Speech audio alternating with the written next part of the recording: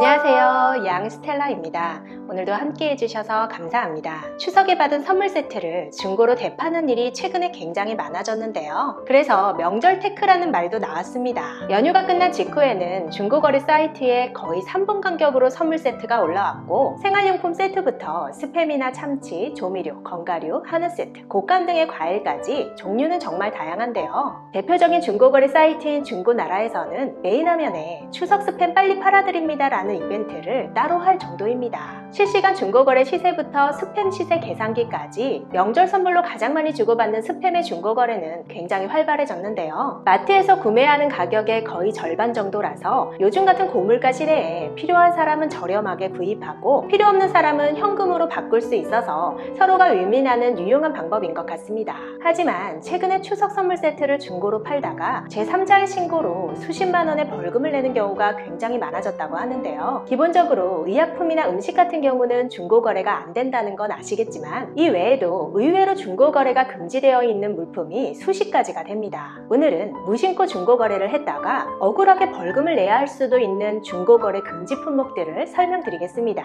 시청하시기 전에 좋아요만 한번 눌러주세요. 얼마 전 한국소비자보호원에서 발표한 중고거래 플랫폼 이용 실태 조사에서 거래 불가 품목을 모니터링한 결과 중고거래가 불가능한 품목이 5,434건이나 적발됐다고 합니다. 생활용품, 식품, 의약품, 의료기기 등 종류가 다양했는데요. 중고거래가 불가능한 품목은 허가나 자격이 없으면 판매할 수 없는 품목이 있고, 판매 자격이 있어도 온라인으로는 판매할 수 없는 통신판매 금지 품목들이 있습니다. 중고거래를 할 수 없는 품목 첫 번째는 미개봉 해외 직구 물품이나 구매한 지 1년이 넘지 않은 해외 직구 전자제품입니다. 미사용 미개봉 해외 직구 물품을 거래하면 관세법 위반으로 3년 이하의 징역 또는 3천만 원 이하의 벌금에 처해지고요. 정식으로 수입 신고를 하고 관세를 납부한 경우에만 판매가 가능합니다. 현재 미국의 경우 $200 이하, 미국 외 나라는 $150 이하의 품목은 무관세로 해외 직구를 진행할 수 있는데요. 다만 여기에 붙는 전제 조건은 자신이 직접 사용할 물품만 해당한다는 겁니다. 해외 직구를 하면 유럽, 미국의 사이즈와 국내 사이즈가 달라서 사이즈를 잘못 구매하는 경우가 많은데요. 배송료도 비싸고 반품 절차도 복잡해서 새 제품이지만 사이즈 미스로 판매하는 경우가 많습니다. 하지만 이런 경우에는 자신이 직접 사용하지 않는 물건을 판매하는 것이기 때문에 관세포탈죄나 밀수죄로 처벌을 받을 수 있습니다.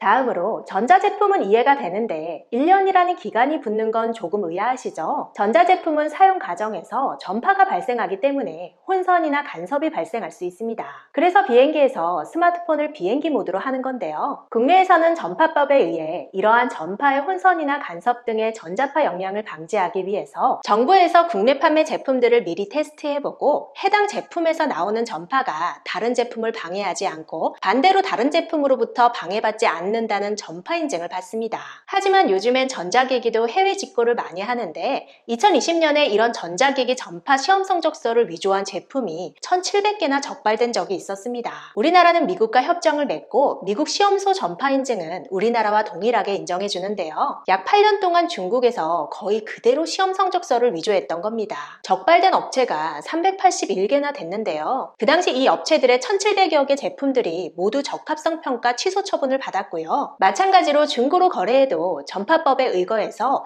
3년 이하의 징역 또는 3천만 원 이하의 벌금에 처해진다고 합니다. 그래서 이러한 해외 직구 전자제품의 중고 거래가 불가능했는데요. 하지만 올해부터 국내 반입 1년이 경과한 해외 직구 전자제품의 중고 판매가 허용됐습니다. 기존에는 판매를 목적으로 하지 않고 개인 사용을 위하여 반입하는 기자재 한 대만 적합성 평가를 면제해줘서 중고거래로 타인에게 판매 시에는 이러한 면제 범위를 벗어나기 때문에 형사처벌 대상이 됐는데요. 이에 대한 제도 개선의 필요성이 지속적으로 제기되면서 과기정통부에서 반입일로부터 1년 이상 경과한 제품은 중고 판매를 할 수 있도록 허용하게 하면서 올해부터 1년이라는 기간이 붙었습니다.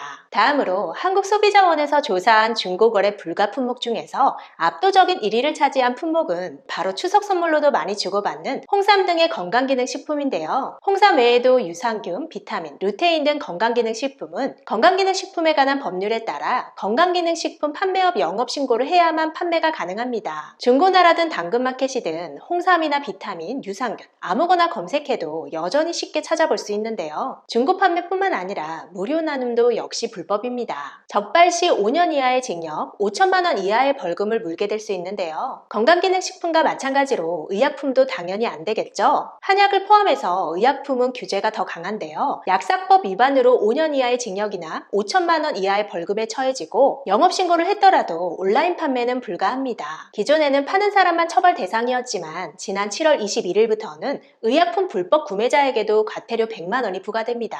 참고로 인공눈물이나 비강세청액도 의약품으로 분류되는데요. 과태료를 떠나서 온라인으로 유통되는 의약품은 믿을 수 없을 뿐만 아니라 새 제품이고 정상적으로 제조된 의약품이더라도 보관 과정을 알 수 없기 때문에 보관하는 동안에 변질이나 오염이 될 수도 있어서 의약품 중고거래는 위험할 수 있습니다. 의료기기도 의료기기법에 따라 신고한 영업자만 판매가 가능한데요. 이것도 어기면 3년 이하의 징역 또는 3천만 원 이하의 벌금에 처해집니다. 하지만 의료기기 중에 마사지기나 체온계 등의 신고 면제 제품은 판매할 수 있다고 합니다. 다음으로 도수가 있는 안경이나 렌즈, 선글라스도 판매할 수 없는데요. 도수가 있으면 의료기기로 분류가 되기 때문입니다. 하지만 도수가 없다면 중고거래가 가능합니다. 식품은 식품위생법에 따라 신고한 영업자만 판매가 가능한데요. 청잼 등의 소분식품이나 개인이 잡거나 수확한 농축수산물도 판매할 수 없습니다. 역시 3년 이하의 징역 또는 3천만 원 이하의 벌금형에 처해질 수 있습니다. 다음은 주류와 담배인데요. 주류는 판매 허가를 받아야 판매가 가능해서 무신고 선물 받은 양주를 중고거래 사이트에 올리면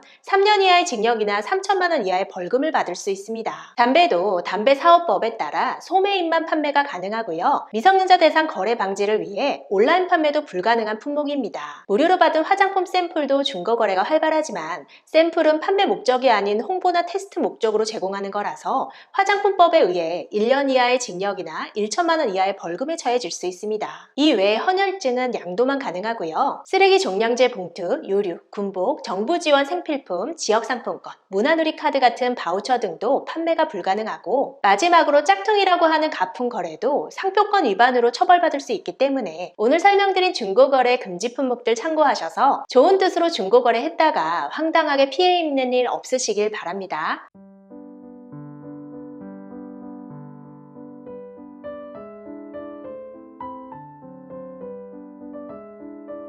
끝까지 시청해주셔서 감사합니다. 영상이 유익했다면 주변 분들에게 공유해주시고 다음 영상에서 우리 또 만나요. 오늘도 행복하세요.